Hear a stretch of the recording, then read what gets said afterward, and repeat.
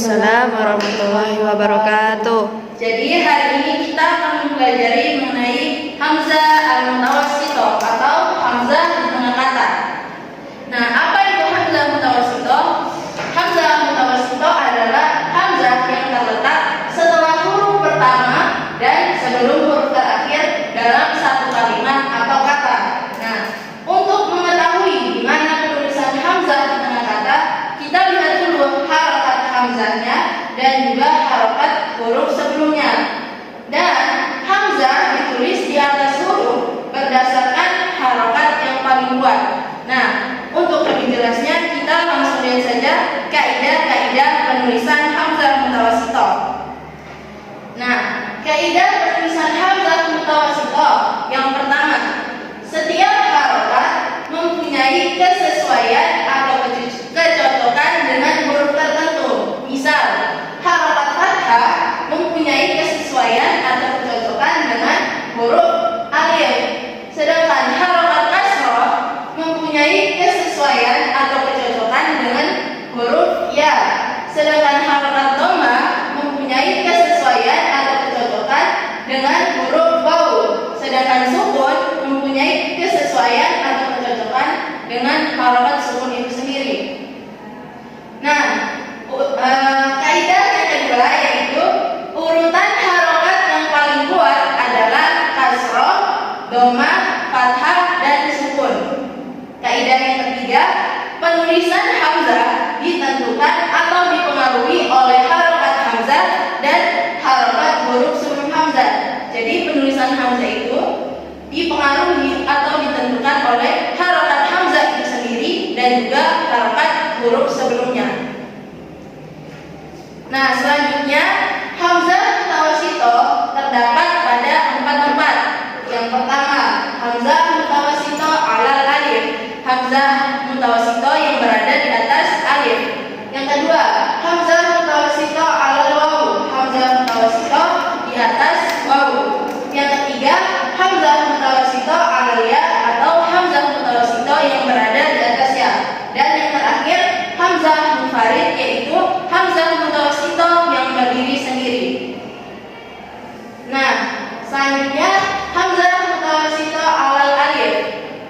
Kaidah yang pertama dalam penulisan hamzah mutawassithah alal alif yaitu ketika hamzah menyandang harokat fathah dan didahului dengan huruf yang dibaca fathah. Jadi hamzahnya berharokat fathah, huruf sebelumnya juga berharokat fathah. Misalnya ta'akhkhara. Jadi huruf sebelum hamzah yaitu huruf ta menyandang harokat fathah dan hamzahnya menyandang harokat fathah juga ta'akhkhara. Makanya hamzahnya ditulis di atas alif. Misalnya ini ta'akhkhara. Lalu begitu pun dengan ro'a. Ro-nya menyandang harokat fathah, lalu hamzahnya juga menyandang harokat fathah. Makanya hamzahnya ditulis di atas alif. Begitupun dengan sa'ala. Kaidah yang kedua yaitu hamzahnya menyandang harokat fathah dan huruf sebelumnya berupa huruf yang mati atau sukun. Jadi hamzahnya berharokat fathah dan huruf sebelumnya menyandang harokat sukun. Misalnya mas'alatun. Jadi huruf sebelum hamzah adalah sin yang menyandang harokat sukun, sedangkan hamzahnya menyandang harokat fathah. Makanya hamzah ditulis di atas alif. Begitupun dengan yas'alu dan faj'atun. Nah, untuk kaidah yang ketiga yaitu hamzahnya menyandang harokat sukun dan didahului huruf yang berharokat fathah. Jadi hamzahnya berharokat sukun, huruf sebelumnya berharokat fathah.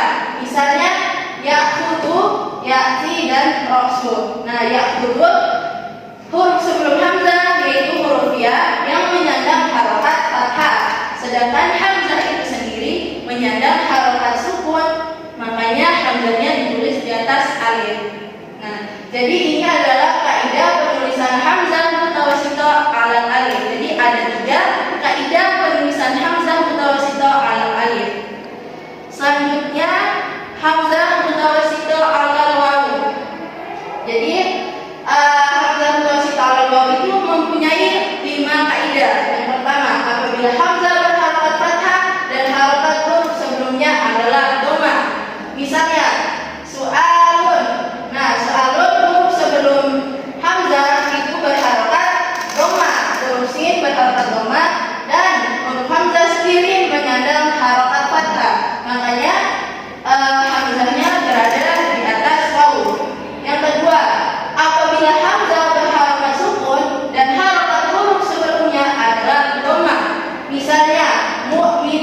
Jadi harokat huruf sebelumnya yaitu berharokat dhamma, yaitu huruf mim berharokat dhamma mu'minun, sedangkan hamzah sendiri berharokat sukun. Makanya hamzah ditulis di atas wawu. Yang ketiga adalah apabila hamzah berharokat dhamma dan harokat huruf sebelumnya adalah fathah. Contohnya yaqra'uhu. Jadi harokat huruf sebelum hamzah, huruf ra menyandang harokat fathah, sedangkan hamzahnya menyandang harokat sukun. Untuk kaidah selanjutnya, apabila hamzah berharokat dhamma dan harokat huruf sebelumnya adalah sukun atau mati. Misalnya artusu. Jadi harokat huruf sebelumnya menyandang harokat sukun yaitu huruf ra. Artusu huruf ra-nya menyandang harokat sukun. Sedangkan hamzah sendiri menyandang harokat dhamma. Makanya hamzah ditulis di atas wawu karena menyesuaikan dengan kaidahnya. Yang kelima, apabila hamzah berharokat dhamma dan harokat huruf sebelumnya adalah dhamma juga. Jadi hamzahnya berharokat dhamma, huruf sebelumnya juga dhamma. Misalnya su'ulun. Jadi huruf sebelumnya